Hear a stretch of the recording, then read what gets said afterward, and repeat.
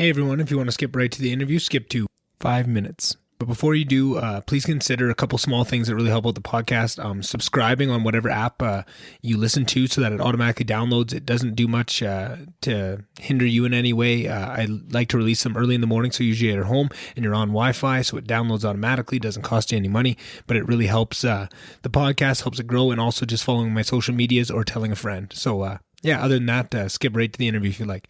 All right, with that out of the way, welcome to episode number 47. I think it's 47 with Jelena Macura. She's been on once before, one of my favorite episodes. She's one of my favorite people in the world. Very bright, very stubborn in the most beautiful way, very similar to how I am stubborn, just, willing to change the position, but only with some really solid facts and strong arguments. And I love that in somebody. And I feel like those are the types of people where if you can surround yourself with, you're going to be getting better each and every day. I really was hoping to get deeper, maybe away from some of the work stuff with Jelena, kind of what we covered last time. We ended up falling into a lot of that today, or on this episode again. But one of these times I will get Jelena in front of me, and I'm sure we will go to maybe some of the more deeper areas of who Jelena is. I think she's just a very special person, and I think she's very proud of the work she does, and she's absolutely kicking ass right now. And just every time I see her on LinkedIn, it's some new council she's on or heading, and she's doing these huge interviews, full makeup, full production. She's just absolutely killing the game. And it's funny for those of you that listened to last week's episode with Sam, Wright, going through all the Lister stuff and those experiences and fighting against university. And even Sam mentioned it before I even brought it up, just what a special person Jelena is. And on the interview, I said, oh, actually, she's, coming up soon. She's going to be a guest again. And we both talked about how it was so clear that Jelena was going to be a special person regardless of where she ended up in the future, what kind of role she ended up in. It was just going to be pure domination to anybody that stepped in front of her way. And I'm so glad to see that playing out. And it's fun to come in here and talk with her. Some of the topics are quite heavy. I have a degree in lots of this stuff and have a lot of base understanding, and it's even tough for me to follow. So, you know me, I am the eternal proponent of listening to things fast and consuming your audio and visual entertainment on speeds faster than one times. But this episode, maybe if you're a 2 times speed listener, maybe crank it down to 1.5. If you're a 1.5, maybe 1.25, just standard on this one. At times, just a recommendation. It's a lot of information at times and a lot of big vocabulary, and just for you guys to get through it. Not to scare you away, there is also a lot of really good stuff in here. We also get into kind of more of the university system, kind of my experience with the university versus hers and different faculties and what you saw. And I think I talk a lot of, talk a lot of shit about the university system in general, not specifically, the U of A. That's always who takes the brunt of it because that's what I got to see. But just the systems themselves, I think it's not, the people within them are not bad people by any means. And I think it's just kind of a natural progression of what happens with certain systems under capitalistic, structure systems. It just kind of, you want to make money, and that's what it turns into. And it's that, you need constant growth, and you need, if you don't spend the budget, it's going to be gone that year. So, you hire on a few more staff, and now you have this giant culture. You almost have as many admin people as you do students, and that's just what it kind of becomes. But Jelena had a more positive outlook on it, and kind of maybe push back on a little bit of some of that tirade I've been on the last couple, all the podcasts really, whenever it's come up. So I like that. That's usually what I find I get the most out of these conversations with Jelena, is just that of positions I'm very staunch about. I get, a little bit of pushback, and I can fall into maybe a more level-headed space to bring my ideas forward. And I think that's always positive and something that everybody can use, and a lesson that we can all learn from that. So I hope you guys really enjoy this episode. I already put it in right at the start, all those little housekeeping things. So other than that, I really hope you guys enjoy this episode, and can't wait to keep getting better for this and keep growing this thing for you guys. All right. Talk to you soon.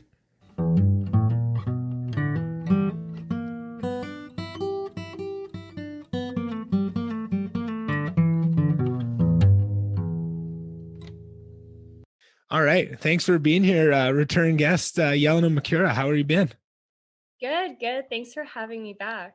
Oh man, you're one of my favorite guests all time. It's funny after you get 30, 40 episodes out of there, you guys start to see kind of which ones resonated with people and not. And then, even people coming back to you months later after the episode, like, oh, I really like that one. And people like you and people like my cousin Katrina, there's lots of ones where people actually really enjoyed the listening. And I feel it's a lot of times it's the female guests. And I don't know why it's such a struggle. I feel like it's so much more, it's so hard to put yourself out there to invite people. And for some reason, like getting female guests on is even like, I try to make sure I have a mix and make sure it's normal for people, but I find that people really resonate with them. And I have no idea what that is, but it's interesting to me. So charming. I don't know. Or hilarious. Who knows? I think it's just you. I think it's just the guests. It's just, they like me. Anyone that can, put me in my place and stop me from talking the whole time is probably a good guest for people listening. Well, thanks for having me back. I'm happy to be here again to have a catch up, to chat, and hopefully the episode resonates with others too. Yeah. So what have you been up to since we talked last? I mean, so we talked last about, I think maybe 6 months ago it was. Probably, yeah.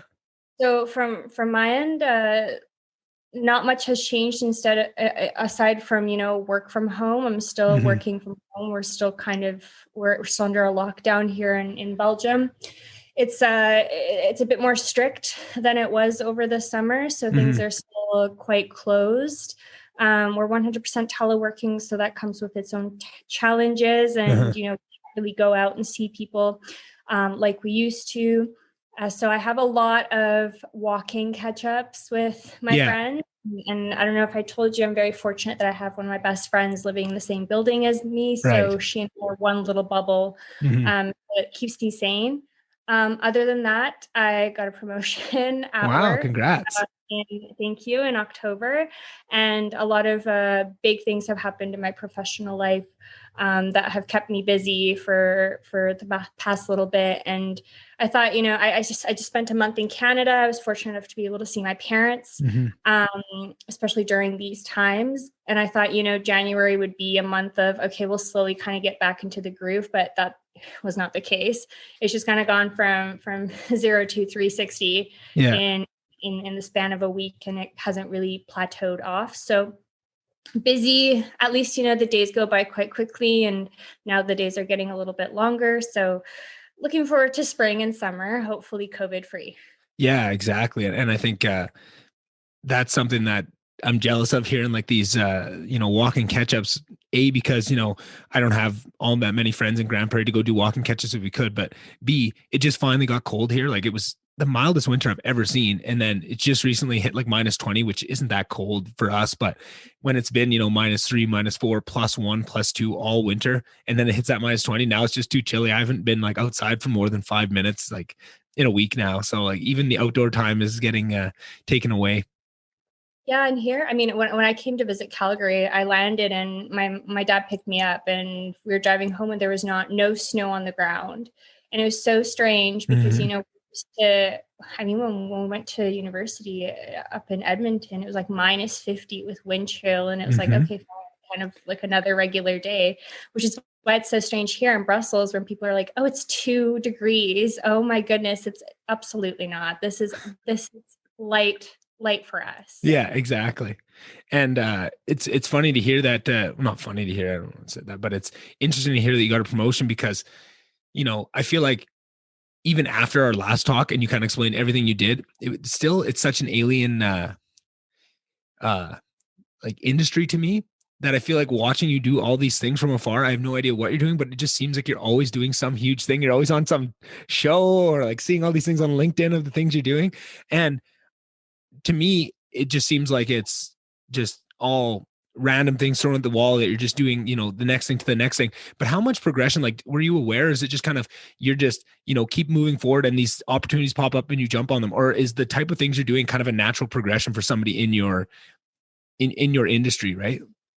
I would say, well, first of all, my parents don't even know what I do. They have a hard time describing to their friends what I do. And even some of my friends, they're not too sure what I do. So with this job, I think, advocacy, lobbying, public affairs, however you want to frame it, there's so many different pathways within the job progression and kind of career trajectory. Right. And I was very fortunate that I kind of, when I worked at Exxon, I started working on a dossier that wasn't necessarily very widespread. It was quite niche, Right.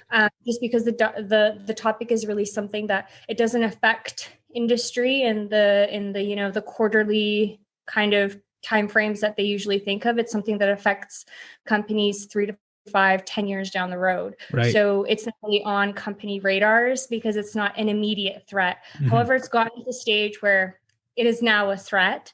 And fortunately, I'm one of the few in Brussels that had been following sustainable finance since its inception here in the Mm-hmm. EU. So naturally, these kind of opportunities have popped up, and I've taken advantage of that, since still there's not enough people in my field. Mm-hmm. So I'm quite lucky in that I found a niche topic to really cultivate my expertise. Right. However, I don't think it's like this for everyone. And again, super lucky that this type of stuff has come up. And I mean, I got promoted in October. I'm 26.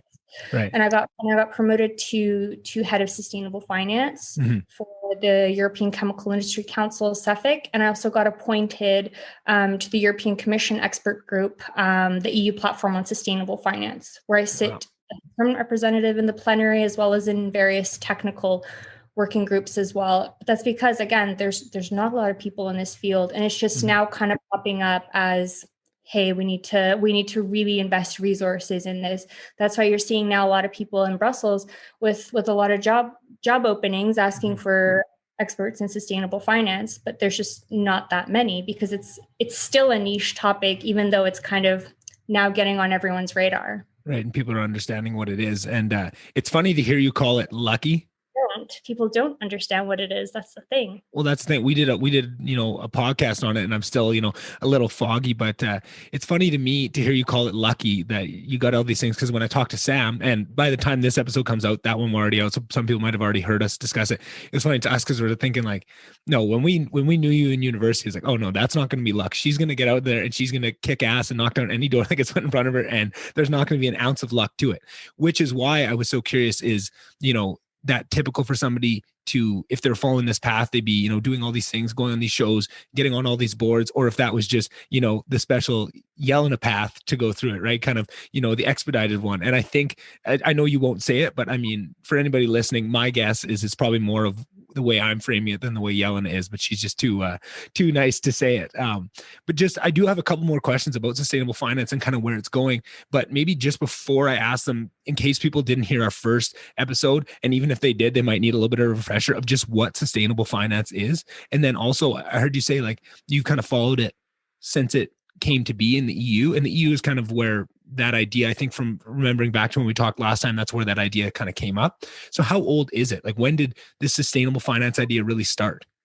So I wouldn't necessarily say sustainable finance is something that the EU kind of cultivated itself. Okay.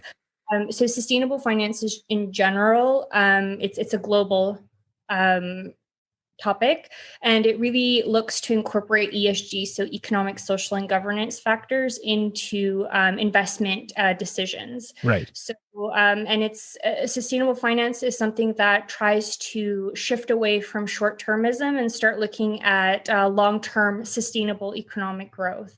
Right. What happened in the EU is that they took this high level definition, because on an international level, sustainable finance dialogue still remains a little bit fragmented. There's a lot of different interpretations, but overall we can kind of classify it as incorporation of ESG factors into investment decisions. Right. And it really is kind of maybe a spin-off or quite similar to conscious investment, which is already a practice that had been present quite a while in investments. Mm-hmm. But when it comes to the EU, what is their kind of brainchild, although we've seen various taxonomies in Canada and China and things like that, is this development of an EU taxonomy, which essentially the purpose of this EU taxonomy is to reorient capital flows towards the most sustainable economic activities. Now, what this taxonomy is, it's a screening tool where they they basically take the universe of economic activities and they set technical screening criteria, whether it be a threshold or some sort of metric. And later on, it'll be a little bit more qualitative.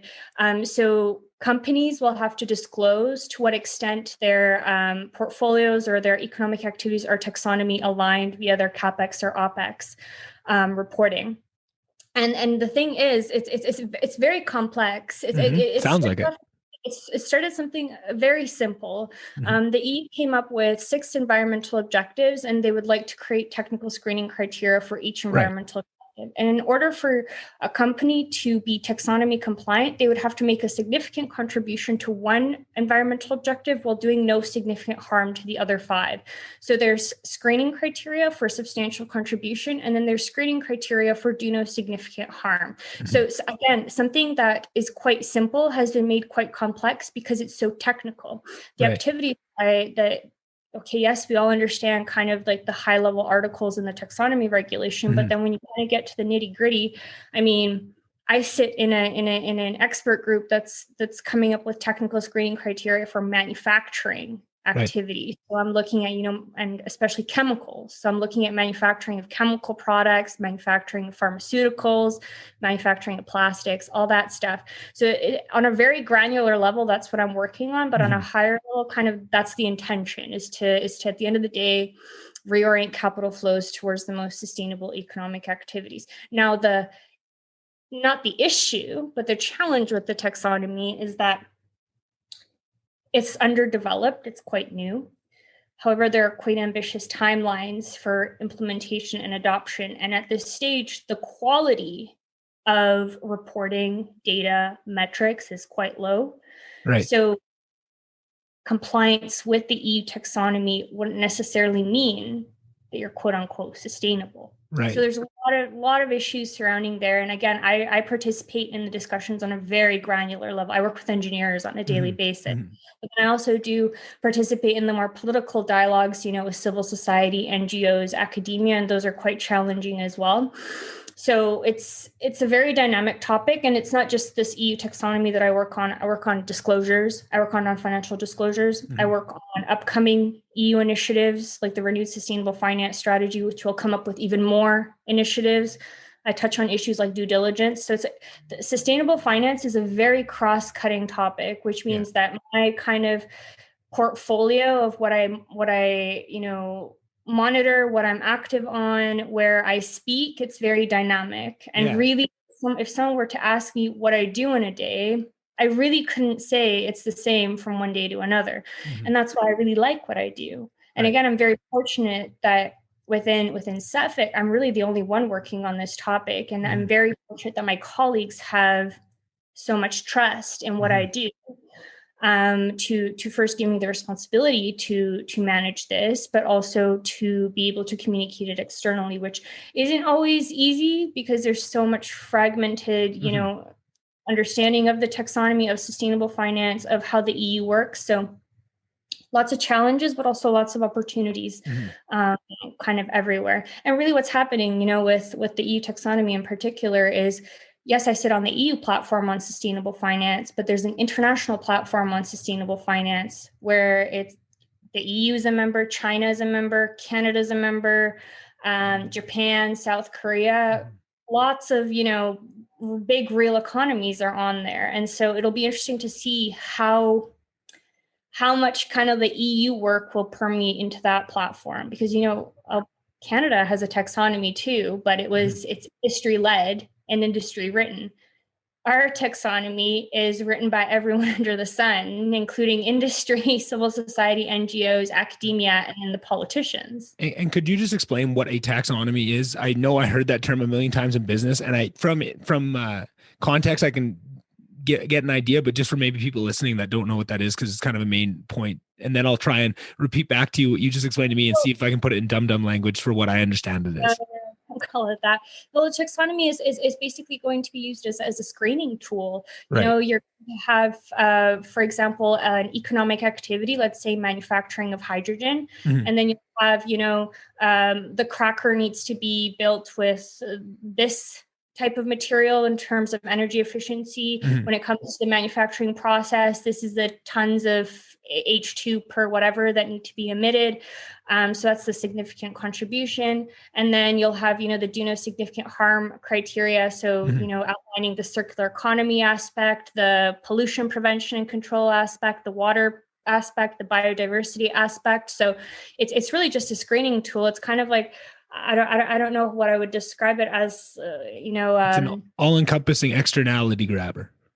No, it's just like a nice document where you can kind of say tick box of do I meet these requirements? Do I meet this criteria? And if you do, you're taxonomy compliant. But I have to warn, it's easier said than done, because some of these thresholds are quite ambitious, and they don't necessarily reflect, best available technology or the capability of technology at this stage. So again, it's a bit of a tick box exercise, a checklist, if you may, for what will be considered as taxonomy compliant or a sustainable economic activity under the taxonomy regulation. Really important to, in these narratives, sustainability and sustainable economic activity is very difficult to define. So really, when I speak externally, I really make a point of saying as defined by the taxonomy regulation, just because there's so many different definitions out there and so much fragmented dialogue still happening. Right. So that's so much to take in. I'm just trying to back myself up to the start to see if I can, try and repeat it back to you to see how close I am. So my degree, when I went to school, my major was natural resources, energy, and environment, right? And essentially that was a new major that was only, I think, out for 2 years when I went into it. And I didn't really know what it was. I just saw natural resources. I live in Alberta. That's a good degree to get. And it ended up pretty much being an economics degree at the end of it, right? It was a lot of environmentalism classes and a lot of economics classes that pretty much made up the major. And then all the rest of it was just filling it in with the HRs and all whatever classes you want to build the rest of the degree out. But going through that much econ, which is lucky because I do really love economics and I love econ, and I love, even before I went to university, like I can't remember how I was, maybe in grade 9 or 10, and I found the book Freakonomics, which I don't know if you've ever read, but it is absolutely incredible. It's these, I think it's just an author and an economist from the University of Chicago that find all these areas of the world that have these really cool economic backgrounds. Like they look at sumo wrestling and the corruption, and they looked at the drop in crime and tying it to legalized abortion and how that changed the industry, right? And just looked at all these things where people have an idea of what is causing these factors in the market historically. And then they look at it and say, hey, when you really look at the economics of it, it actually isn't this factoring it. Like you're not wrong in what you're pulling from it, but the underlying reasons are wrong. And they kind of show you more of human nature. And I always love that stuff. So then when I got into school and I was learning economics, so much pressure was put on to rational decision-making, right? That was what economics was. It was you assume everybody's acting rationally, and are they going to pay this much? And if you change this, if you raise the price this much, how many less people are going to buy it, right? And there's all these ratios, and this is how things work. But what they explained to us very early on is that there's always externalities. There's always things that aren't factored in, right? Like you like water bottles, right? So you buy this $5 water bottle. At $5, you're willing to buy one. And that is factoring in your enjoyment of it, the social status you get, but you might be missing some things, right? And if you don't calculate that in to what you're willing to pay, right? Maybe you care consciously about the environment and how they make that water bottle is very unsustainable. And you don't know this, so you don't have that information. So now there's an externality that isn't being calculated, right? That company is not being enforced. Or maybe it's just the legalities where it doesn't cost them enough to make it because they're allowed to pollute without any restrictions, right? There's no governmental restrictions on them dumping, right? So now there's an externality in that. So now it's not a rational decision anymore because we're not factoring things in. And what it sounds like the sustainable finance is doing is kind of taking that on a broad scale of these larger industries and trying to see, okay, whether it's pollution, whether it's, social factors, there's all these externalities, and just trying to make sure that in through a lens of sustainability, that people are making the most rational decisions possible by you guys putting things in place, right? Building these check boxes, building these things for people to look at so they don't have to do this investigation themselves. They can look at a portfolio, a dossier on this company and say, okay, in these 6 areas, how do they stack up? Are they good here? Are they good here? And then probably within those, there's more check boxes. And it sounds like you're on the front edge of building that so that you're allowing other people to then go in and not have to do that work. It's already done for them, right? And would you say that's more or less kind of what it is? So I think that your view is quite idealistic in usually is in kind of the intention of the EU taxonomy and kind of what it aims to do.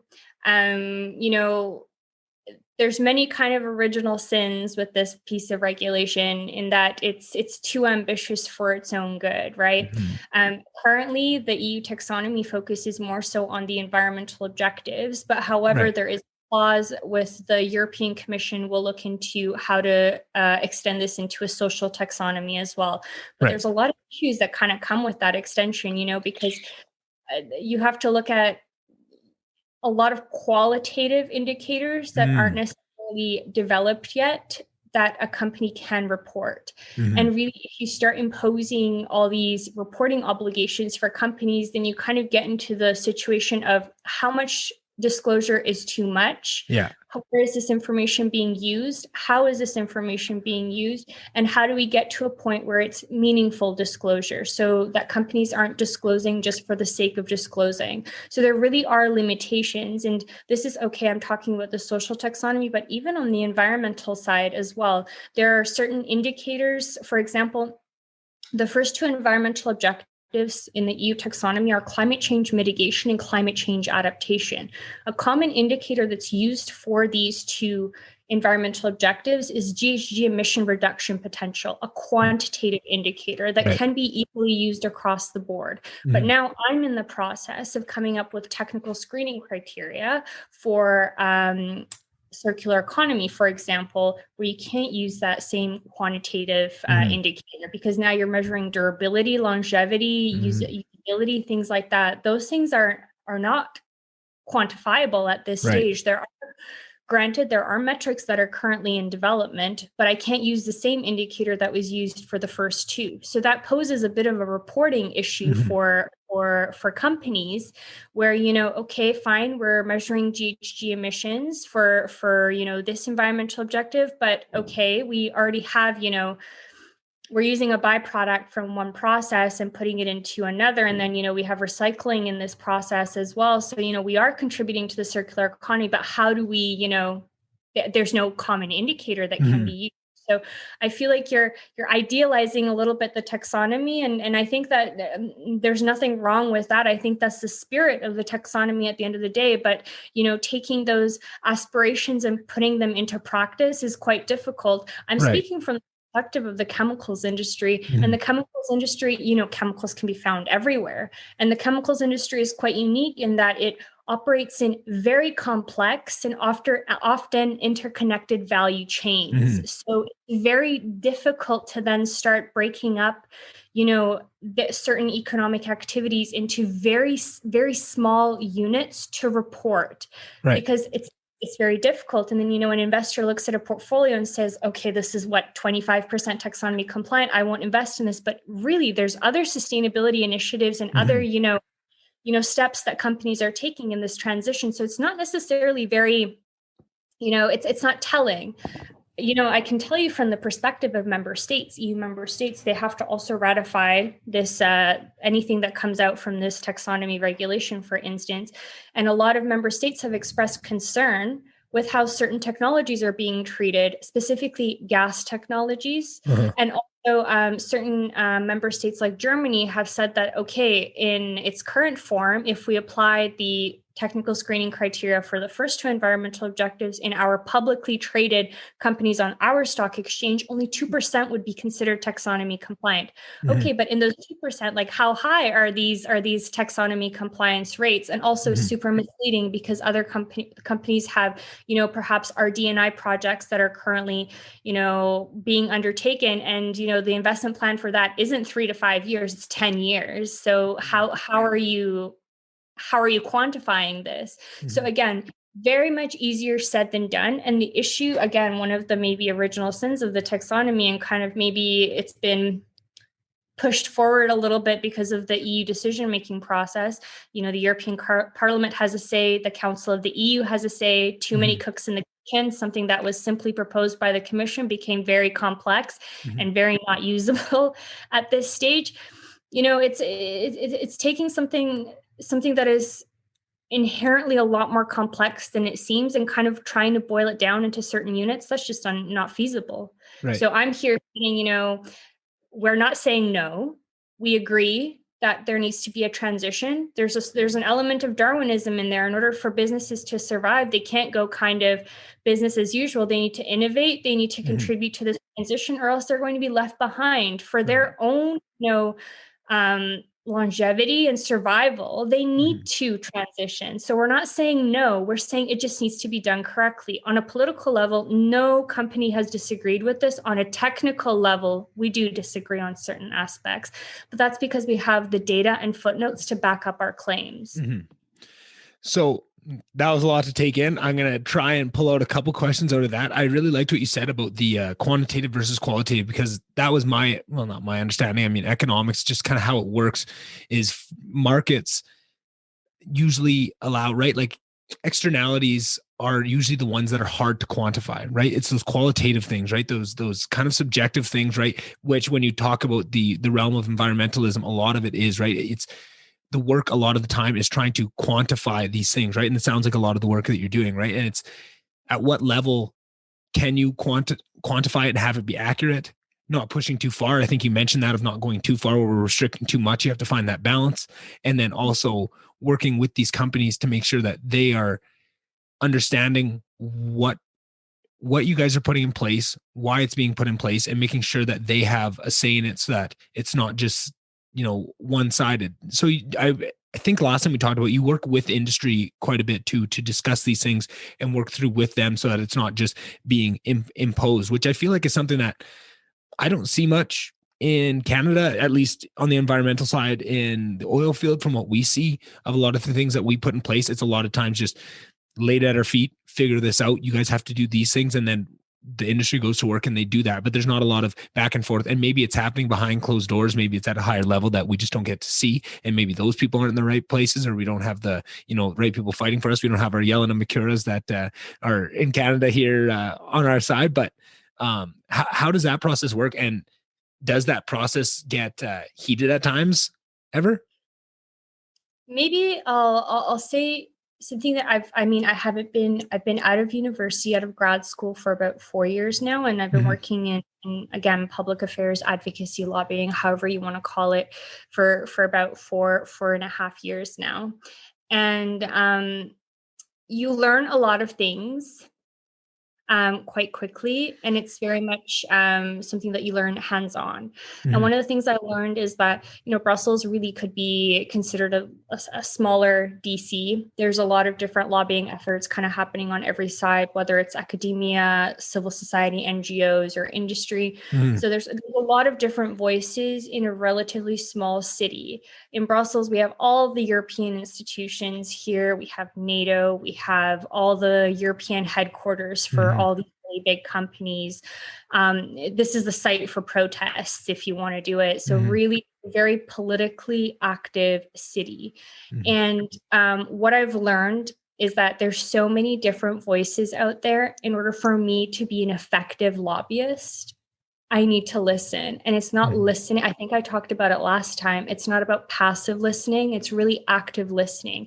My purpose when I do engage with other stakeholders outside my sort of industry circle is really, I need to sit down and understand where they're coming from. I need to understand the methodology behind their arguments. I need to understand kind of maybe a narrative or again, just where they're coming from. And it's not just listening for the sake of listening, it's listening to understand. And once I kind of gain that understanding, then it's easier for me to kind of figure out a way to collaboratively engage. Suffolk is quite open. We have an open door policy. We'll engage with everyone. We'll collaborate. We'll have a constructive discussion. And that's something that I've picked up and integrated into my everyday work. So I'm not going to shy away from talking to NGOs or talking to maybe an industry that's not part of my value chain at the end of the day. So that's something that I've learned. And I really try to stay away from confrontation because I don't think it's professional, but of course, I know people get emotional and invest in an issue, but I'm not responsive to that type of dialogue. But I really try to be collaborative. And have there been times when things kind of derail? Yes. And usually my response has always been, we've tried collaborating, we've engaged in dialogue, or we haven't engaged in dialogue. Sometimes comments are made to the press or to the media where we haven't even discussed this, one-to-one, and I don't really appreciate that. So things do get heated at times, yes, but you kind of take it in stride. It's part of the job. And, again, sitting in this expert group in the commission, it's 50 permanent representatives from every single sector and every single, NGO and all this stuff. And yes, at times it gets a bit much. But all you can do is kind of just keep your head up. And honestly, I just don't engage. I'd rather just fuel the fire. So if you're going to call me, a bad faith conservative lobby, please, by all means, but I'm not going to engage with you. If you're looking for a reaction, you picked the wrong person. So that's kind of the way. But I really try to understand kind of where they're coming from. And I tried to maybe, adapt my language and adapt my approach to maybe, get them to shift just a little bit. Right. Or to compromise just a little bit on certain issues. But again, it's hit and miss. Some are a little bit more, willing to engage. Others have, their one silo narrative they've subscribed to, and that's that. Yeah. But yeah, it does get heated. I will say. For sure. I would imagine so. And just in hearing how you do comments that get thrown my way. Yeah, I know, but good thing you're a tough cookie. You've been through so much, and it's funny. I had a whole thing I wanted to go down there, but I just thought of something else. It's funny talking to Sam and remembering going through all that LHSA stuff and how much we essentially practice this kind of stuff of not letting the emotions get into it. Even though we're very passionate about the stuff, we had to keep being rational and keep bringing points forward, even though rationality was nowhere to be found in that whole scenario because they had they were allowed to build the arena we had to play within. They were allowed to change the rules of the game at any point they wanted, right? And we were trying to, keep up with what they were changing and stay rational and not lose our cool, because as soon as you do, we already had that moniker of these whining kids that were, just wanted their drinking rules back. And we had real things to say, but as soon as you lose your cool, as soon as you fall off of that, calm, composed path that you set out, they win, right? And it's funny to see how much that pays off. And then also, I'm very jealous of when you describe all the stuff that you do. I'm very jealous because it's so much of exactly what I love about my role. Is it's those times where it's not exactly your not comfort zone, because it all is your comfort zone. I mean, once you're in it a while, you get comfortable, right? Like me, like my comfort zone isn't necessarily the operational side of work, right? Like what the fuel trucks do, the actual day to day. I worked in the shop. I know the mechanics. I know the basis of it. I know how the pumps work, but it's not really my area of expertise. But there's times for work that there's an issue in the shop or on an operational side, and you can go in, you just pull all the actors in. And even though it's not your expertise, if you have that active listening and you can find out exactly what do you need, where is this conflict, and you can come up with solutions, even though it's so far out of your realm, and you can a lot of times come up with really good solutions that surprises everybody and all it takes, and even the people that are very operational, they don't see this solution because they're too close to it, right? And they're too emotionally involved. And I love that. And it's something to be said about being able to have wide knowledge and be able to do things in an unspecific way that I feel like is very beneficial to your own growth, right? Like I feel like that allows somebody like me and you that can work in that area, it allows so much more growth. Whereas if you're in an area where you're just working within what you know and you're talking about what you know with other people that know, I'm not describing this very well, but you only learn so much when you're forced to step outside of those where it's still somewhat within the realm of what you're working on, but you have to really step out of your comfort zone and listen to people, right? If it's a new industry, you've done things around other industries for it, but this is kind of a little bit of a new one. And you go in there, you sit down with those actors, you learn what they want, and then I have this concept in my head about a different kind of intellect. Like, I feel like everyone talks about IQ and EQ, right? Emotional intelligence, all these things. And I feel like there's some sort of all encompassing one that, I see in people, and I see it in people like you. And I was talking to Sam, and I didn't mention this, but I feel like it was a lot of people, when you go through university, you could see certain people that had it. And I don't know what to call it, but you could see like, oh, they're going to do things, they're going to do things, they're going to do things, right? And to me, I could see that, but there's never been a term for it. And I feel like the term that I threw around for a long time, and I feel like I may change what I want to call it, but I always called it like survivor intelligence. Like, that show Survivor. Yes. So I feel like on Survivor, there's people that you can pick out very early that you say like, oh, they're going to do well. And it's not, it's a combination. They have to be good in challenges. They have to be good socially. They have to be intelligent. They have to have good instincts to, when they think they're safe and the whole tribe's going about it, and you just know how to read people.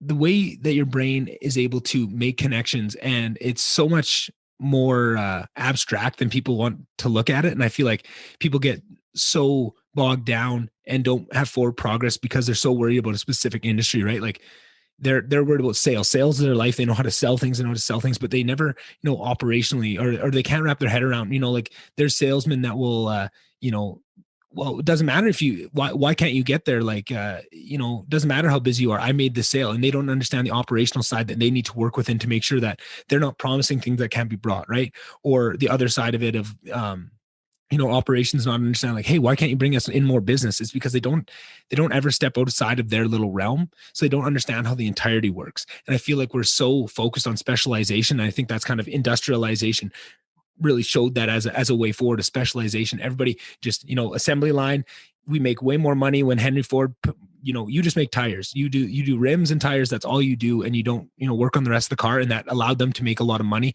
and allowed them to kind of outstripe the competition. And I think we kind of rode that horse for a long time.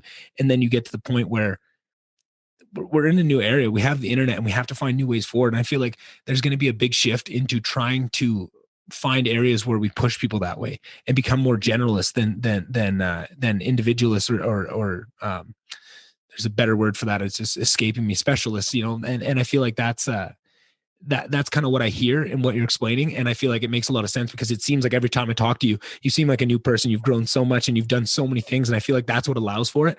And I don't know, I want to try and find language around it to help explain it to other people so that they can take that in and start to look for that in themselves and look for that in their roles and what they're doing, right? Like maybe if somebody had never thought of it that way, they'd be very happy with what they do. But if they, oh man, I kind of get what that is. Maybe I do need to find, push my boundaries a little bit. I mean, it kind of comes back to a cliche of, getting outside of your comfort zone really, but I feel like there's a lot more to it. And that's just my own musings. I guess there wasn't even a question there. I just saw an opportunity to get on my soapbox for a bit. No, I think it's very interesting. From my end, I fully agree. I think, when I talk about, an advocacy or public affairs, the most detrimental thing you can do to yourself is just go off of how you think and without considering other opinions or other actors that are also engaged in the same debate. From my end, I mean, my degree at the University of Alberta was economics and political science. And when you get to the higher levels of political science, you're exposed to a lot of different kind of international relations theories or lenses is what they call it, to look at a specific issue through. And, you talk about, I mean, you mentioned Henry Ford and industrialization and things like that. The classical lenses through which, contemporary events or events in general were analyzed were liberalism and realism. And they're very cut and dry. They're very, black and white. They're very focused. They don't necessarily, to my opinion, they're very representative of silo thinking. And that's why they aren't salient strategy or salient theories that still apply today. I was fortunate enough when I was in my third and fourth year, my mentors and my supervisors, they're critical theorists.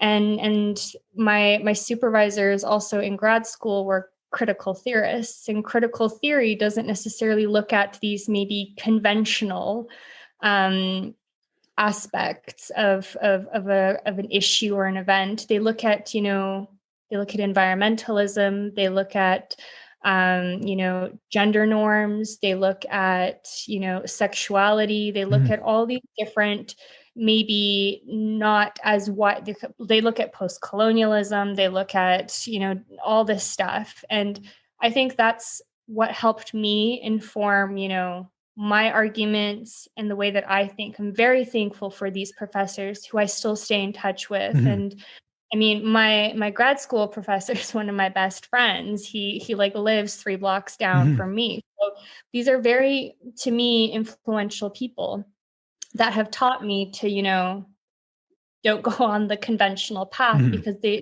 doesn't necessarily consider, you talk about these externalities and kind of all these maybe qualitative aspects. And again, this is a learning curve. I wouldn't say that I always thought like this, but this is something that is, I've been fortunate enough to have these academic figures in my life that instilled this, this type of methodology and this type of ideology in me, because I apply it every day. Right. I don't just look at thresholds in the chemicals industry. I look at, societal impact of the chemical industry. How many people are employed? What is the added value of the service? I look at, corporate social responsibility, social corporate governance, all this stuff. And that's because I have this background of critical theory. And when I do go back to school, again, it'll once again be a critical theory lens that I apply to my issues, because as black and white as something may seem, it's not. So that's maybe a comment that I had to your intervention. Yeah, and I think, like you say, whatever that new lens that you look through, a lot of times they're better than what those two lenses that everybody's been looking through for how long. And you see entire industries that are stuck looking at things through those lenses starting to crumble, right? Like you saw that with Kodak, you saw that with Blockbuster. There's people that get stuck on a lens, they can't see the forest for the trees. And to me, one of the biggest ones I see right now is academia. I think they're stuck in the past. They don't understand what's happening. They don't understand they've been passed by, and that they're slowly eating themselves. And I feel like that's something where you had mentioned, in working, you guys work with academia too. It depends on who you come across. There's definitely academics that are biased and very, they've subscribed to their narrative, and they'll try and find, information or data that always back up their claims. And yes, I'm not denying that these academics exist, but again, this is just my personal experience. Right. With political theory, you cannot subscribe to one. Right. You need to basically subscribe to an openness for everything. And those are the types of academics that I respond to. Right. So again, but there are of course there's always going to be a biased academic. They've subscribed to their narrative, and they'll defend it to their last labored breath. So and that's what I see. And what I see is that academics, because of lifespans growing and stuff, what academia has become is people that went to school, went to more school, stayed at school and started teaching, and never went out into the real world. And in business, you could see it from a mile away. There was so many people who could tell that you've never worked in the real world. You don't understand how things work.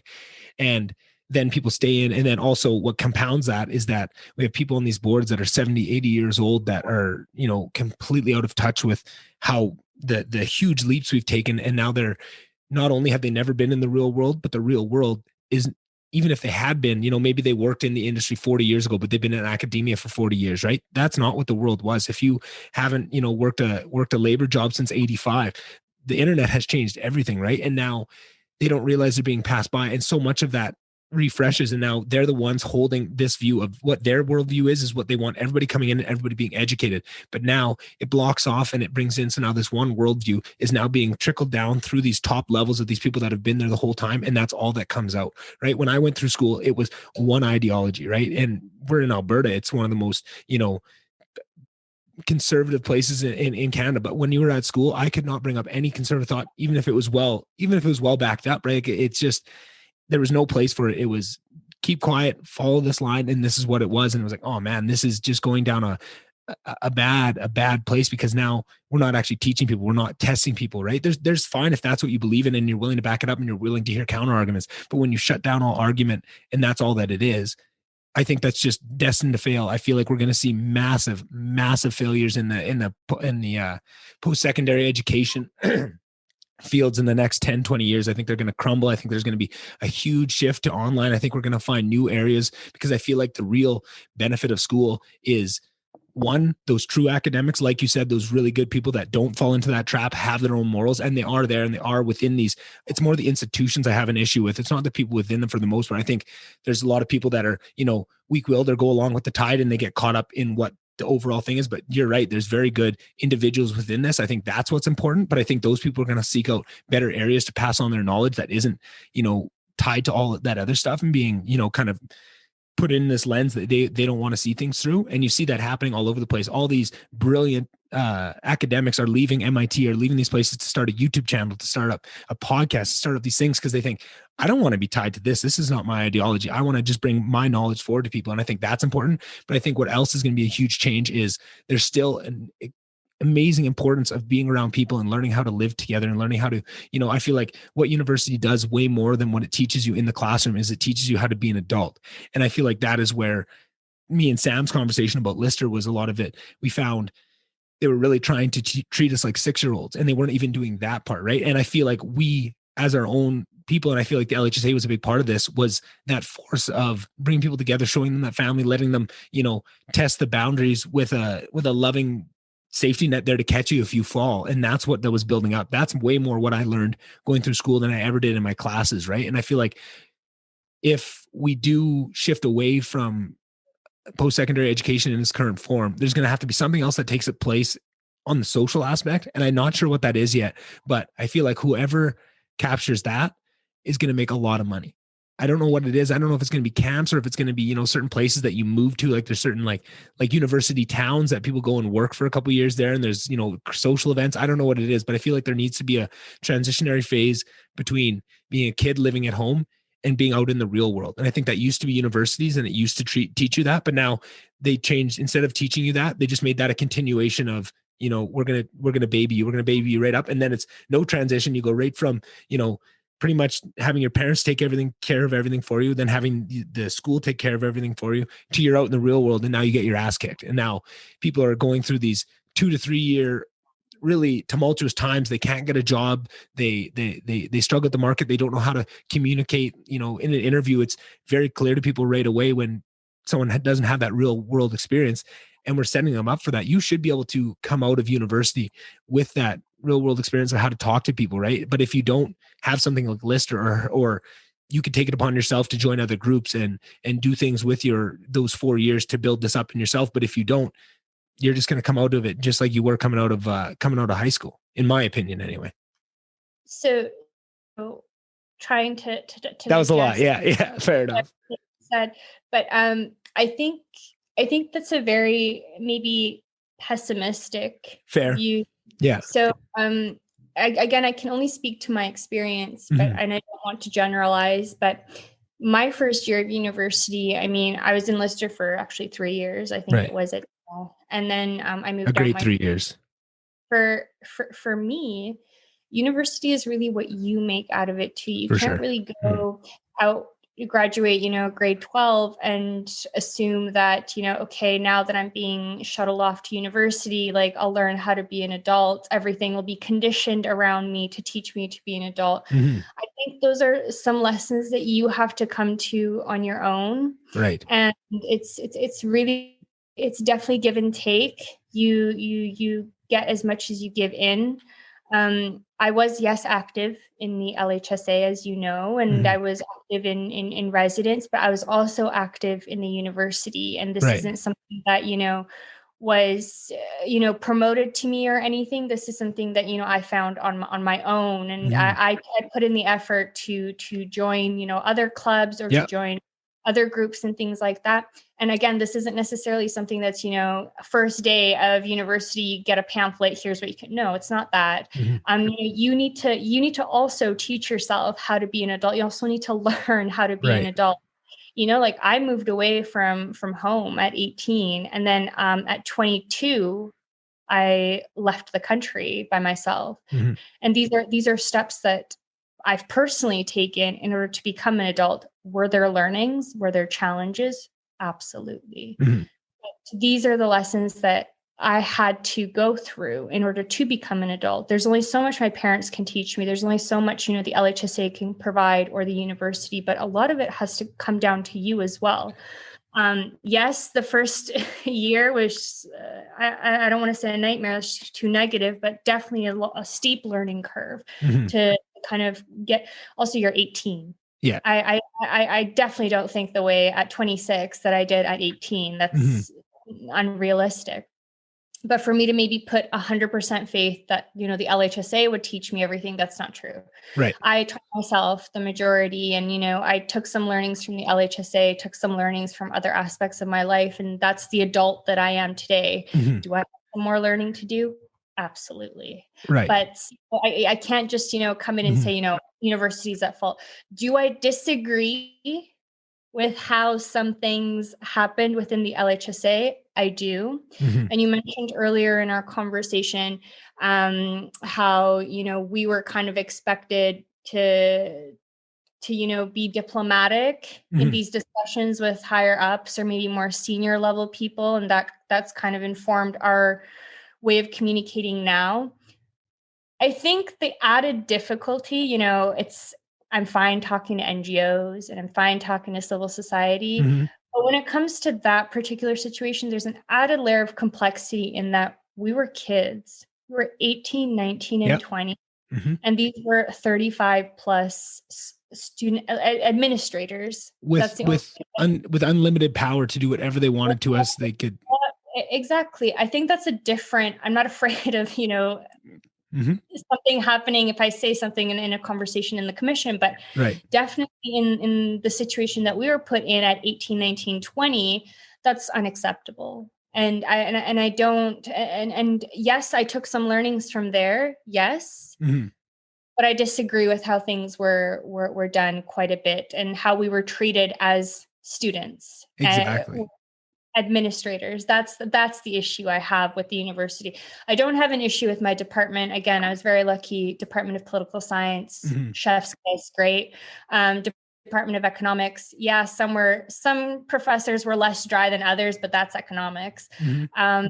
So I don't have an issue with, my departments. I do have an issue with the added stress that was added by administrators in an activity that I chose to participate in because I wanted to develop my leadership skills. I wanted to acquire new skills. I wanted to, contribute to something positive. That's where I have some issues. And for people that listen to me and Sam's, I asked Sam that specific. I said, in those closed door meetings that you were in with those higher ups, did they ever show to you that they understood the emotional toll and what kind of things they were doing to these 18, 19-year-old, 20-year-old kids throughout this process and changing the rules? And he told me the responses they gave him was, well, then quit, or then you just don't care that much, or the responses that he got would make you sick, like what they did. Right. And I agree that they were just not anywhere near the right at any point in any of that situation. Not an outcome, but there wasn't. Yeah, not a drop of empathy throughout the whole thing, right? But to go back to my point about what universities are preparing you for, I think we kind of missed a little bit because I didn't clarify this before, but I feel like me and you don't count. I feel like what I was saying is for other people. And this sounds really badly, but I feel like you are an exceptional person. And I feel like regardless of, university, anything, you were going to grow. You were going to find wherever you could grow. You sought out things to make yourself grow. You joined groups, you joined this, you joined that, and you made it what you made it, because that's who you are. And that's who I am. And I learned, right. I wasn't getting what I wanted out, and I got in and found the LDL. And that's where I learned my lessons. That's where I learned how to hire and fire. That's how I learned how to handle power and not abuse it, right. By abusing it. And, looking back, man, hey, I don't really like what I was with that. And that brought lessons forward. But I don't think everybody's like that. And I feel like we and you maybe are more the exception than the rule. And I feel like there's a lot of people that don't have that within them, or haven't been shown that that is within them yet. So they come in just on that normal path of, hey, I've never really had to, do anything for myself ever, right? Like they've had a very sheltered life, and then they get there. And if it's not, if there's not some difficulty there for them, it's just, okay, here's your housing. No, this is the narrative. If you follow this narrative, this is who you are. If you take on this personality and these set of values, you will be fine. You don't have to think. You don't have to argue. You don't have to ever, there's no if, ands, or but. This is all safe spaces for you. They're not going to push that. They're going to sit in that. They're going to stay in that, and they're going to not grow as much as they could. Not that they won't grow. They definitely will grow. Everybody grows, and that's what's going to happen. But I feel like the amount of growth that could be had by pushing that a little bit farther, not meaning leave them on their own or purposely make it difficult for them. But I think there were certain areas where I saw that it was just such an infantilization that it drove me nuts, and I couldn't stand it, because I don't like being treated like a child. And the entire way through, I could see it of like, especially the LHSA stuff, because that was just, the everything taken to the 10th degree. But even without that stuff, you could just see it in the classrooms, in how you talk to professors, right? Like I learned very quickly that I had to completely bullshit and lie my way through these classes, or I would fail, right? There was certain environmental classes that I tried to say, you have to take all these factors in. You need to take the economic factors in and balance them against the environmental and make sure that it is. And, we can't underside that. And they'd fail me. They'd fail me on those papers. So I'd have to rewrite them and say, economics are worthless. It doesn't matter. Just the environment is the only thing. And then I pass. And I realized I was, oh, okay, this is the game. I got to play this game, right? And I learned over the years, it was really difficult for me at the start, second year, the first year of business in that school, it was really struggle. Third year, by fourth year, I had it down. I went in there thinking, I am just, what do you need from me? I'm just going to bullshit. I know this is all wrong. I'm not going to take any of this in. I'm going to learn the piece of lessons I can. I'm going to completely bullshit my way through and tell you what you want to hear, because that's what I have to do to pass. And I'm going to go on with my life and join the real world. And that's why I think that degree was so useless, because it didn't push me. My intellect was never used. All it was used for was to say, okay, what does this idiot teacher want out of me? Okay, I'll figure that out, and I'll put that on a plate for them, and I'll, use some big words and make it look pretty for them. And that's what my degree ended up being. And it was like, man, if this is what it is, it's just, hey, here's this path. Don't think, oh, what are you doing thinking? Failed, right? Like, fuck you. I was so upset about that. And obviously I'm very jaded to the fact now, and you can feel it probably. And that's not everyone's experience, but it just seemed quite here, because I look back at my undergraduate experience, and I think I personally think my faculty of arts is underrated. I think that people need to stop making fun of it, because I think that it's one of the few that really do teach you to look outside the box, and right. And again, I've been maybe it's just I've been very lucky with, again, praising the Department of Political Science, but I haven't had this experience of, a teacher or a professor coming in with a one side kind of very biased thinking that they subscribe to. But maybe it's the course selection I chose or something like that. In different industries, but also again, I think sometimes you say lucky, and I think that's you not giving yourself enough credit, because I don't think you, if they even tried to, I think you would have said, I'm calling bullshit on you, and you would have pushed, and they're smaller classrooms, right? So you can do this, and you would have that relationship. But you're encouraged to push back. You're encouraged to argue with the professor. This is, and I wasn't.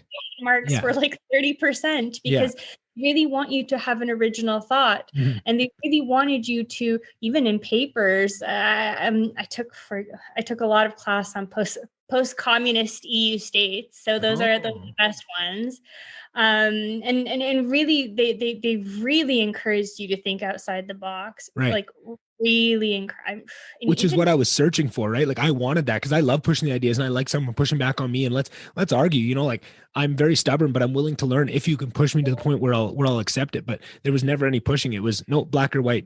Okay, you want to push? We'll fail you. It doesn't matter, right? And I feel like maybe I was just in the wrong degree. Yeah, maybe if you're a professor listening to this out there, I mean, if you're subscribed to just a single narrative and think you can just impose it on people, you're not teaching anyone anything.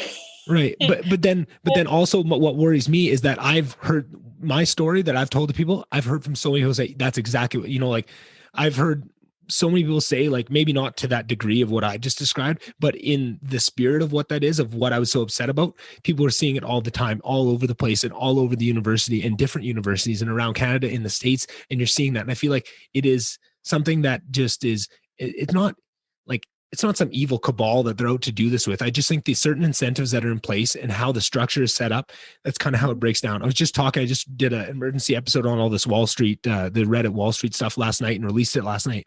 And one thing we were talking about is just that so much of what happens on Wall Street that people get so up in arms about, if you really understand the factors and understand that game, that is the natural progression. That's where it gets you. It's not that these people are evil. It's if you're incentivized to make money, and there's all these rules set in place, and that's how you can play the game. That's how you're going to make money. That's, you could take all those people, put them in jail right now and put new people in their positions, give them 6 months, they'll learn that and they'll be doing the same things. It's not evil. And I feel that same way about the university. It's not like it's this big conspiracy about it. It's just kind of how the systems have been set up, and you have a batch of 18-year-old kids that are taught by people with this one ideal. They come in, maybe they push back a little bit, but eventually that idea comes in. Then they're the next wave of people that bring that idea, and just over time it forces, because there's not a lot of it. And then also there's not a lot of turnover at the top, where it used to be like these boards and these people running these universities would be 50, 60 years old. If you're over 60, that's kind of where it get cut off. But in all these industries, it's growing and growing, and there's not people stepping out of those positions so that new blood can come in and new ideas can prosper. It's very much held down by these people that don't want to give it up.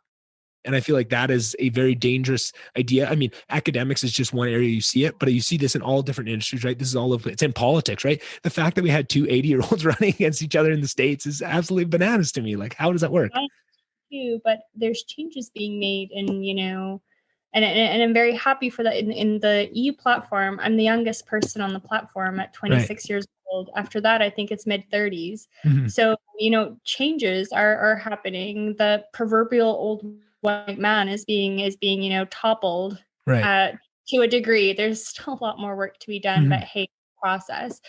I'm really sorry that this was, your experience. And I had so much fun. It didn't matter. Yeah, but I really hope that that's not, the perception of academia. I rely quite a bit on academia for to inform a lot of our messaging at work, and also in other work that I do. I do rely on academia, but do I read scholarly articles with a bit more of a critical lens? Yes, I do. And do I think some scholarly work is better left in your documents folder on your computer? Yes. But I mean, I can't speak to this experience because I really didn't have it. And again, it's really what you make of it. I have a tendency as a person to I really do ignore or I don't engage in certain dialogues and in certain conversations. And if I don't see, added value or something positive for me, I'm not going to engage in something detrimental. So if I would have come across these professors, I would have dropped the class. But I understand, you have to take certain classes and there's certain credits. They give you that nice little, chart of you need 3 credits from here, 3 credits from there. I get it. But again, it's really what you make of it too. Right. And you're very much on the right path. I should make a few clarifications. I only dropped one class the whole 4-year degree. So definitely some of that's putting on me. It's my own laziness of not wanting to go through. Like, I'm already in this class. I know there's a way for me to pass this. Like, even if that's what they want, I don't want to do that. It's not going to be enjoyable for me, and I'm probably not going to learn as much, but I'm going to get through it, right? I'm just here for the credits, and then to get back to Lister to go have so much fun. And then the other side of that is it wasn't all bad. There were some really great classes. I had a couple of economics classes that were pretty good. I had this one lady that, I've told the story a million times on the podcast, and I can't remember her name to save my life, but we had this one professor who, Andrew Leach, he was going to be on the board for the NDP to come up with that new carbon tax when they got elected. So he had to leave for that semester. So they brought a lady that was from industry. She had worked in industry for, 20, 30 years. And she came in and taught this resource economics class, like just like, we learned about all the different oil markets, right? Like West Texas Select, all these things, how it works, like rail versus pipelines, all this stuff. And she was from industry, and it was so fucking amazing. She was so fucking good. And there was kids in that class. Well, in the business school, he was in my same year. There's a group of 4 or 5 of them, and you could tell they'd never worked a day in their life. They always fought with the profs. They always thought they were better than everyone. And to watch somebody that had been in the real world shut those kids down, and when they tried to talk back and tell them, fuck, you want to come up and teach the class? Do it. And would, drop a swear every now and again. And it was real life. I learned because that was some real teaching, and I really respected her. I learned so much from that class. That was, those were sprinkled out within. And, so it wasn't all bad, and there is good within it. I just saw so much of what happened in the classroom echoed the same sentiments of that same infantilization and that same mindset that they were looking for in the classroom was outside of the classroom, was in Lister, was in, sub, was in the conversations around. And at that time, that didn't rub me as much of the wrong way as it does now. Because at the time I was all in on it. I was right with you. I was the social justice warrior. After first year, when I left Lister, I was, the biggest social justice warrior, calling people out, cultural appropriation. I was that person. I went all in on it because I went from growing up in Slave Lake, where it was the complete opposite of that, right? Like not hateful, but not hateful ever. And that's the understanding that people get. Like it was, yes, the complete opposite of, first year Lister, of what that puts in your head, but it was never from a place of hate. When people that have never been to a small town, have never grown up in a small town, they see ignorance and they put hate on it. Whereas if you grew up there, it's not hate. It's just they don't understand, and they don't have a hateful bone in their body. They're some of the nicest people you'll meet. And having my feet in both worlds really makes you understand that. And then when you enforce one as the better, and then you demonize the other as the other thing, and you say, oh, you have, like, I see what you're trying to do here, but you don't have enough understanding. Like you said, you sit with these people when it's an industry you don't understand, you go and you sit with them and you listen to them actively, and you get their side of the story so that you can make an educated judgment. Whereas what happens there is there's never anybody talking to these, there's nobody in Slave Lake getting their opinions, right? And they just label them with this one brush of what they are and who they are. And you see this happen in the States with these people that, everyone in California talking about everybody in the middle states till you get to New York is fucked, and they're backwards and they're racist. It's like, there's a lot of good people in there. You need to have more of a nuanced perspective. And if you gave just a little bit of time a day to that, to prove to me that you've at least saw the other side of the fence. And even if you said, hey, I hate everything over here, this is not for me, and you jump back over, at least you've been there. At least you have a taste of it. When you've never even gone over there, you've never even seen it, and you talk about it with authority, that pisses me off. And you could tell these professors that had done this, they had no idea. They'd never seen the other side of the fence. They'd never, gone to a small old town and see these people that they don't hate the environment. They just need to make a living, right? And it's about understanding the key concepts. So even if that doesn't change the outcome of what you're going to teach, just having that bit of compassion for it that was so lacking, just like the LHSA with all that stuff that Red Services was lacking, that understanding of our perspective, and only had their own, and we're so stuck in that mindset. I saw that everywhere. I thought it was, throughout academia, and then graduating and getting outside of it, and then hearing everyone saying like, no, that isn't a problem with you. That is a systemic problem with all of academia, and it's getting worse and worse all the time. Then I look back upon my time there and look at all those factors, and I go, oh man, like this is a problem. I do need to speak up about this. I do need to, because I want it to change. You could see those sparks of those embers of what academia could be, kind of like your experience. Like that's what I was taught about, of like, oh, there's going to be pushback. You're going to be able to use your mind. You're going to be able to have, debates and stuff. I was like, oh, I'm so excited for this university experience. And it wasn't that, but I think it could be. And I think either they're going to make a change and they're going to cut out some of this bullshit and bring back, actual first principles thinking and debate to universities, or they're going to stay on the same track and they're going to keep circling the bowl and eventually crumble. And that, I know that's very pessimistic and kind of my worldview, but if I had to bet my money on it, and it was, what I actually believe, that would be my bet, is that they need to make a big change, or they're going to be a thing of the past. Well, I hope academia doesn't become a thing. Right. And it will always be replaced. So it'll always be a thing. But I think in its current form, I think it's unsustainable in its current form. I'm not saying it's perfect. There's definitely some changes that need to be made. And I mean, I admit I kind of half keep tabs on what's happening at the University of Alberta on a board level or a department level. And yes, there are some systemic issues in resource allocation, in certain professors and things like that. I fully understand it's not as well-oiled a machine as it could be. And there's definitely always room for improvement. So hopefully that improvement will, restore your faith at some point I hope so. in the contributions of academia, Yeah. whether it be technical or really a philosophical level. So Right. hopefully that changes for the better. Yeah, and I hope so too. Like I have a lot of hope. And when I look at, some schools like the University of Chicago in the States, they've seen this and they've made purposeful steps to avoid exactly what I'm talking about. And they've said, like, no, we are for knowledge, we are for truth here. We don't want any bullshit. Whatever's true is what's going to stand. And that is what, if you want to come to a university like that, and what I think is going to see is there's going to be a huge flock to that. That school is going to keep rising and rising and rising. All these schools that don't follow that lead are going to keep crumbling and crumbling. And I think that's what's going to be more changeful is the people that understand this and the schools themselves that get ahead of this problem and start to nip it in the bud and at least admit that the problem's there. You see immediate impact, right? The University of Chicago is now, it's been jumping in the last years. And that's why, in my opinion, I can't say why, I shouldn't say that, but in my opinion, that I would say that that's what it's going to be. And I hope that, a school like the University of Alberta can be that school, can do that, or, U of C or anybody. I just want to see more schools admitting that that is, if not a problem, at least something that they're aware of and they're going to work to balance out. Yeah. Well, fingers crossed.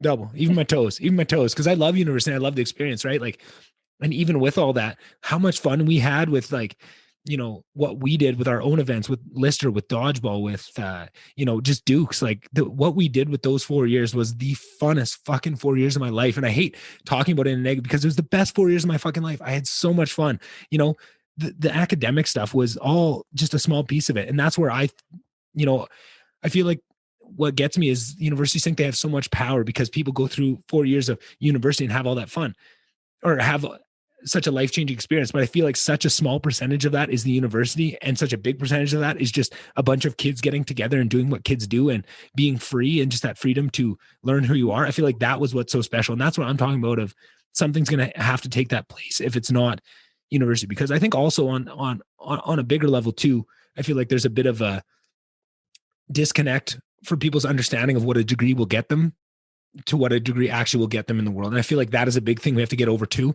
It's not that, we need to make university degrees worthless, but you need to be really calculated in, do you need this degree? Is it going to better you, right? Or are you going into it to get what we talked about of, all the experiences around it, right? Or is it that school? And is that worth it for you? Are you understanding that, right? Because if you're just going for it and you can't really afford that, or there was a better way you could have done it on your own using the internet, maybe to, get your forward momentum started in a different way. I feel like for so many people, they think the only opportunity, the only thing I can do after graduating is go to school. And that's kind of been the predominant message is you have to go to school. And I feel like that needs to change and more understanding needs to be put on what you're actually going to get out of it. And is that worth it to you? Because I feel like right now there's so many people that go into, I hear you talk about the arts faculty and how amazing it was for you. And I feel like certain faculties are amazing with the right students, but I feel like they become so open-ended that you get somebody that doesn't have the same drive as you, doesn't, is a bit lazy, maybe got in on some rough marks. School isn't really for them, but everybody told them they had to go to school. So they pick arts and then they end up in there. And if you don't take it and run with it, you don't push on it, you're not going to come out with much after the fact. And now they graduate with that degree. They didn't really push themselves. They didn't join groups. They just followed the easy path. And, you can go through school and you can pass. I saw with my own two eyes how easy it is to get a university degree. You don't need to be that smart. You need to put in a little bit of effort and follow the rules and play the game, and you can get through it with C's. Like I went to class barely ever in some hard classes and still pass them, right? Like there's a way to game the system. But if you're not actually, doing other things other than that to better yourself, right? Joining some groups, finding some friend groups, finding who you are, you're not going to come out with it with much. And now you're however much money in debt, and you're not coming out with it with anything tangible. And I feel like that's a lot to put on to people when the expectation isn't that. I feel like if you're upfront and said, you're going to have to do a lot of work, you're going to have to make this something, and we're going to charge you 40 grand for it, I'd be way more okay with it. Where they're saying like, no, you just come here, pay your 40 grand, you're going to come out with something at the end and it will be valuable to you, which is untrue to me. I feel like you have to do a lot of work to make that valuable. Does that make sense? I think maybe on this topic, I think that, because I went from high school to university, right? From grade 12 to year university. And I think that at some point you have to understand that you need to kind of abandon these grand expectations you have of university and university life. Yeah. Definitely have some baseline expectations, but don't expect everything that you've drawn out for yourself. Yeah. When I graduated, I went to Western Canada High School. When I graduated in grade 12, and I mean, I got into the University of Alberta on early admission. Me so too. back in October Oh, fancy. last year, but I didn't know what I wanted to do, and I didn't know where I wanted to go, but I knew that, I wanted to go to university. So the way that I chose my degree is, okay, what do I like about high school in terms of subjects, and which subjects am I good at? Yeah. And that's how I landed with the degree that I have.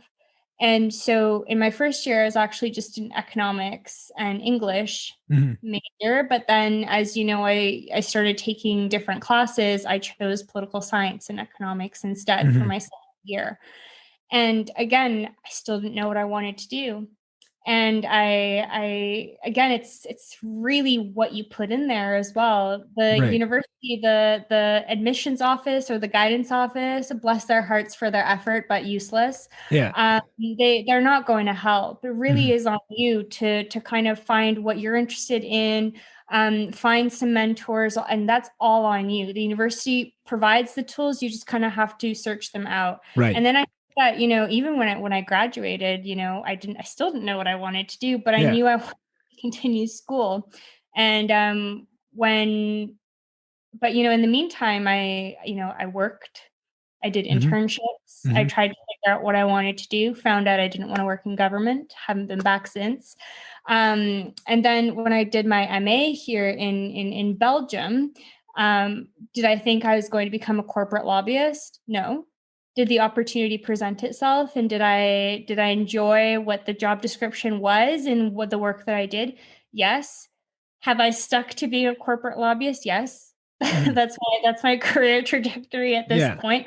But again, the point I want to make is, you don't know what you want to do with your life at 18, and will stay as a corporate lobbyist for the next 10 years. Who the fuck knows? Yeah. So again, don't impose these very, structured expectations on yourself, because they're never going to come to fruition. And again, it comes back to what I was saying, with university, you get as much as you put in. If you're going to be lazy and, not attend any of your classes, don't, put yourself out there on anything, don't just do the bare minimum, you're going to have bare minimum when you graduate. Right. Yeah, exactly. That's just the outcome.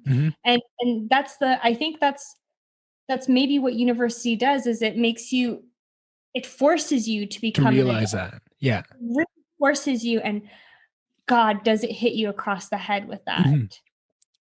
I agree. And I think this is as you spoke that, I think I kind of put more together what I mentioned earlier, where I think me and you are the exceptions, because I feel like, and we even talked about this actually on our last episode, was how much forward momentum is important, right? And I mean, I've talked about this on lots of just that forward momentum, never giving up, always moving forward with something is so important to everybody's being, but everybody takes it for granted. Nobody actually learns that lesson. Everybody kind of knows that. But I think for people like me and you, we understood that at an earlier age. But I feel like so many people, because you're not forced to understand that until the natural forward momentum of your life stops. And then you realize, oh, at a certain point, I need to be the source of this forward momentum. I need to push myself, right? Because I think throughout high school, you don't need any forward momentum. It's there for you. You got to go to school the next day. You finish grade 11. Now you're going to grade 12. Now you're going to, and then so many people at that point, it's scary. Oh, forward momentum's running out. What am I going to do with my life? Okay, let's go to university. At least I know that is natural, right? And then you either learn that lesson there. When you go out into the real world, that's where you should start to say you see it right away. If I'm not putting things in to keep that forward momentum going, it's not going to keep shoving me along, right? And that's where I feel like the university did too much to keep people pushing along, that little scoot on the bum, keep going, that little, everything's okay, safe space, we'll keep you protected, don't do anything on. And if you want to, right, people like me and you that already knew that lesson, we were already doing this, right, doing the extras, jumping into it, making it what it was, because we understood that was required of us. If we wanted to get something out of this, we had to force that forward momentum, right? But I feel like, because if you don't do that and you don't learn that lesson, right, there's a lot of things that could learn that lesson, but if you don't, the university will just bumble you through for 4 years, and then you get to the end of that, and then now there's no, unless you go back to school, which I feel like, no offense to people if they do that, and sometimes that's your goal, but I feel like for some people that is just purely for momentum. And I don't know, me and you both know a couple of people that have done, 3-4 degrees, and it's very obvious to me that they are scared of finding their own momentum and are relying on some sort of system outside of themselves to keep that in front of them, keep a path in front of them, so they don't have to think for themselves and figure out what is that makes me happy. What is that's going to drive me for, 5, 10, 15 years. And that's because that's a terrifying thought. And you can't blame people for that. That's a lot to take on to yourself. It's a big change, especially if you've never done that before. And I feel like that's a huge piece of what the difference is between people that know that lesson, they've learned that lesson in high school. For me, I'm talking like I did this. My parents showed me that, right? They, make sure you get a job. As soon as you're 12 years old, you got a job. I had a job from the time I was, I think even younger than 12, or maybe around 12, I was, helping label jet drums in the jet tent, a little bit of that. And then 13 is working in the C-store, and you're always working, you're forced to learn that lesson. But that was just lucky that I had good parents that showed me that. It's not everyone has that. And I feel like because of that, if you're going to, either we have to make sure we help people understand that fact better so that they can learn that lesson, or make university a bit harder and a bit less safe and a bit more of a kick in the ass, which I know that sounds like a very rough thing to say. Yes, it really was a kick in the ass. I remember telling my mom after my first semester at the University of Alberta, Mom, I feel like I've been run over by a truck. Yeah, fair enough. Yeah. That's really what my first semester was. You're right. And, I have an arts degree. The majority of my classes were like 40% midterm, 60% final, and it was just paper. So I've never had that type of pressure on me before. So, right. And I think it's really case by case. You're right. Yeah, what you make of it, and you and I can't generalize at the end of the day. I really hope that everyone has their own individual experience and with this stuff, and that it's unique to them. I really think that, and it's not to say that university is the natural progression. I really hope that after high school, people really do kind of take the path they want, and maybe try a few different paths, because university isn't for everyone. And I don't want to come on here and promote that that's like what everyone should be doing after high school. No, recognize that people have different dreams, goals, and aspirations, but really do follow what you want to do. But also understand that with whatever choice you make, you get as much as you put in. For sure. It's not. And you mentioned, after grade 9, you go to grade 10, then 11, there's a natural progression there. But then, after grade 12, you have to make that progression yourself. Yeah. And if university is that thing and that's genuinely what you want to do, go for it. And as long as you understand that. But I feel like for so many people, not by any fault of their own, it's just that's what society tells them, if that's the next step, and they don't even know what the other options are, because that option is so highly sought after and so highly built up, and everybody looks at it. If you're not going to university, you almost get like the stank eye from people, right? And I feel like that is what I would like to see change, is just to leave more opportunities open to people, so that it isn't just that one size fits all, and it's more the people that really want to go get a degree. Because I feel like right now there's so many people that have a lot of debt and a lot of things and didn't get as much out of it as they wanted to, or are really happy and doing everything they want, but the schooling was completely unnecessary, right? And they would have gotten there anyways. And I feel like those two things is something that pulls the rest of it down. If you make it a place for purely academic people that are after academic goals and aren't just there because that's what, I feel like what I want to see is schools bring back, rewind 40, 50 years to what institutions of learning used to be. Really hard, really high level, only if you really want to be there and you really got to bust ass. And I feel like it is that still to a large degree. And I feel like you really made me think when you brought yourself back to first year, because I think I'm looking back a little biased on the years of maybe my last couple of years versus the first, because now that you say it, first year was a fucking kick in the dick, it was real rough. It was hard. And then second year was too, because, it was, going from high school where I never studied a thing, to university. And then, oh shit, you got to study, you got to actually do these things. Like I always say, thank God I was enlisted, because when Scott Wakeham, my FC in first year, was, rounding everybody up. Okay, is everybody booking rooms to go study for midterms and stuff? Like, we got a room in ECA, we got a room here. And I'm like, what the fuck are you talking about? Like, we have to go study for like a whole day? Like, and he's like, yeah, no, you got it. So I kind of followed the crowd. And if I wouldn't have, I would have been so hooped. And then the next year, because that was all prereqs, now I get into business. And now that's another huge jump of like difficulty level from taking like, 100 level psych and English courses to like finance and economics and these hard courses. Like, it was definitely a kick in the pants a lot of the time on those things. So I think just academically, but then, like, I was struggling, but I saw some really dumb people pass. Like, I saw some really dumb people get through it, which is the other piece of it. Was like, I don't know what this whole curve thing's about, because like, I'm struggling. I'm putting everything I have just to make sure I pass these courses. And then there's people that clearly don't understand it. I'm studying with them and they're, getting 30, people were passing finance with 30%. And I'm like, how is that? Like, yeah, my 55, 60s aren't very good on this midterm, but you got a 30 and they're saying, oh, I'm gonna have to drop the class to go talk to the professor. And they go, no, 30's fine. It's on the curve. Like, you're good. Everybody did bad. And it's like, I don't know. It's just confusing to me. I feel like it was hard to I didn't have this experience. I went from, first year introduction to political science to ethics and international relations. And really it was papers, and there was no curve in any of my classes aside from the economics ones. Right. That's just how it's supposed to be. But I would say that every other class I've never been graded on a curve. Right. It's really been, you need to understand this, and you need to be able to express yourself and not necessarily the right way, but like within the confines of whatever theory or how you venture outside of theory.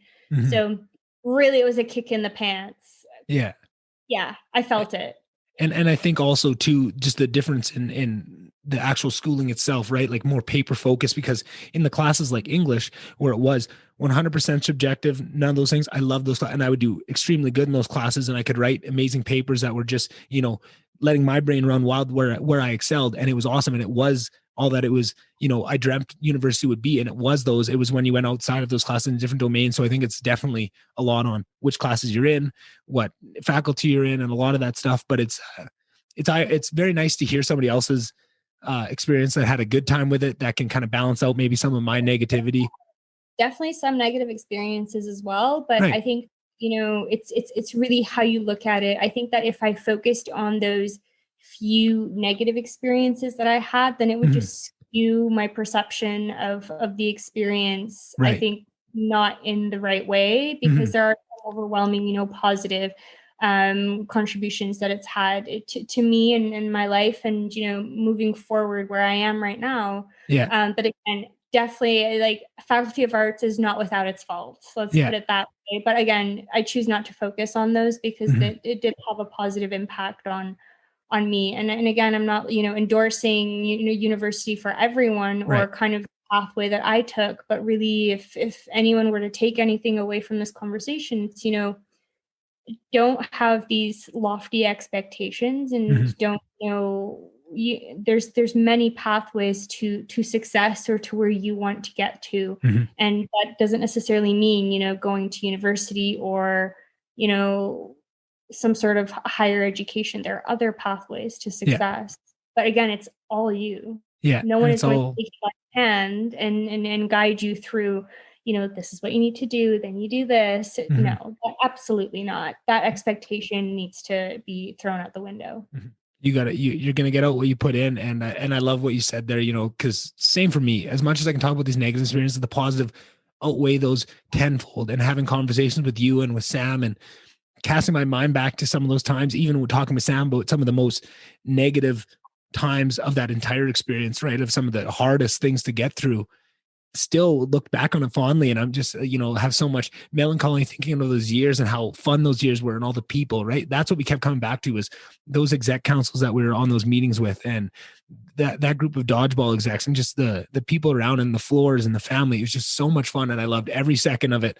And, even with all that stuff at school, it was never, at the time, I never thought of it negatively. It was only after I graduated and got some real world experience that I look back upon this and was a little bit jaded to some of the things that happened.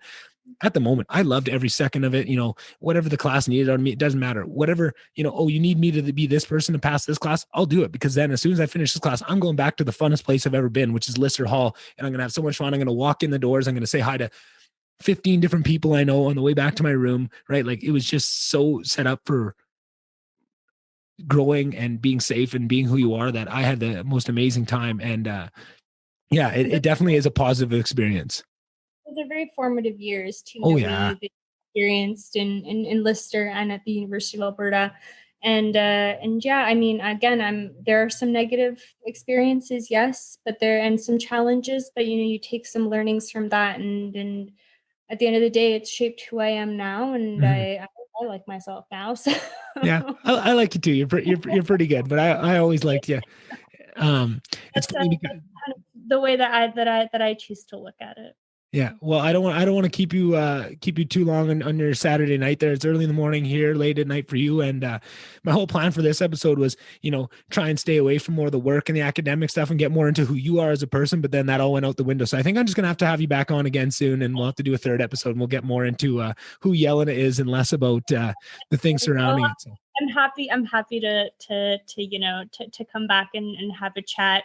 Unfortunately, who I am right now is really work from home, and it's very difficult to right now, separate my personal life from work life, because my dining room table is my work desk at the stage. So hopefully, the next time we talk, it's a bit of a better situation. It'll hopefully be spring and, longer days, maybe less COVID and more positive vibes all around, I guess. And maybe I'll have some updates other than this EU sustainable finance agenda.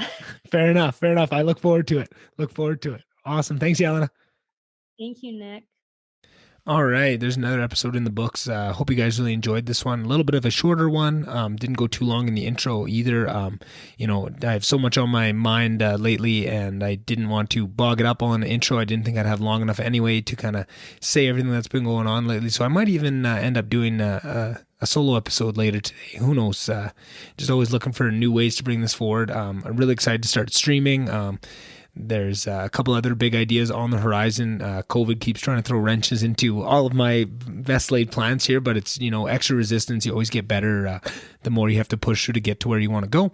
So, just keeping on pushing on my side. Thank you guys for listening. I can't do this without your guys' support. There's no point if you guys aren't there to listen to it. So hope you enjoyed this episode. And again, I can't wait to get Jelena on in person to go down more of who she is at the core and where she got so much of this strength from, and some of her ideas on maybe some of the bigger issues that step outside of the scope of kind of the things we discussed on the last podcast and this podcast, and the university system and that whole thing, and maybe some of the bigger life questions, and get her take on that, because I think there's so much to learn from a person like Jelena, and I think I'd love to learn that stuff, and then by proxy, when I learn it and having these conversations, hopefully you guys can take one or two pieces from that as well. So, like I said right at the start, if you could tell a friend, subscribing really helps. If you just hit that little subscribe button on whatever podcast app, whether it's Spotify or Apple Podcasts, Google Podcasts, that it automatically downloads. Like I said, I release it early in the morning, so hopefully your phone's still on Wi-Fi. It doesn't cost you anything. And most apps don't download unless you're hooked up to Wi-Fi anyway, and it'll just download the next time you hook up. And usually doesn't take up much space on a phone either, if that's what you're worried about. So, and then if they build up and you don't want them, you can delete them after. It still helps out to just show how many people you have subscribed. Just the more subscribers you have, the bigger guests I can have on, the more I can grow, right? It's not about money. I always say that, I feel like I always feel guilty asking for these types of things, because people think, oh, you're just trying to make money off this or something. No, it's because I want to, selfish. It's just as selfish of a reason. It's just I want to have more conversations with these people that I've been reaching out to. And it's been, it's a lot of failure when you're trying to reach out to podcast guests. It's a lot of no's, a lot more no's than it is yeses. So the bigger you can grow and the more you can show that somebody else is going to get, like, I'm very confident that anybody in the world would benefit from coming on this show. I feel like I can offer an interview to people that they would never get anywhere else. And that's what's special about this program. But that's a lot for people to take your word on. So the more the numbers can back that fact up, and the more people like the Coen brothers, those authors that were big heroes of mine, that I can get on here, that's selfishly what I'm after. I don't really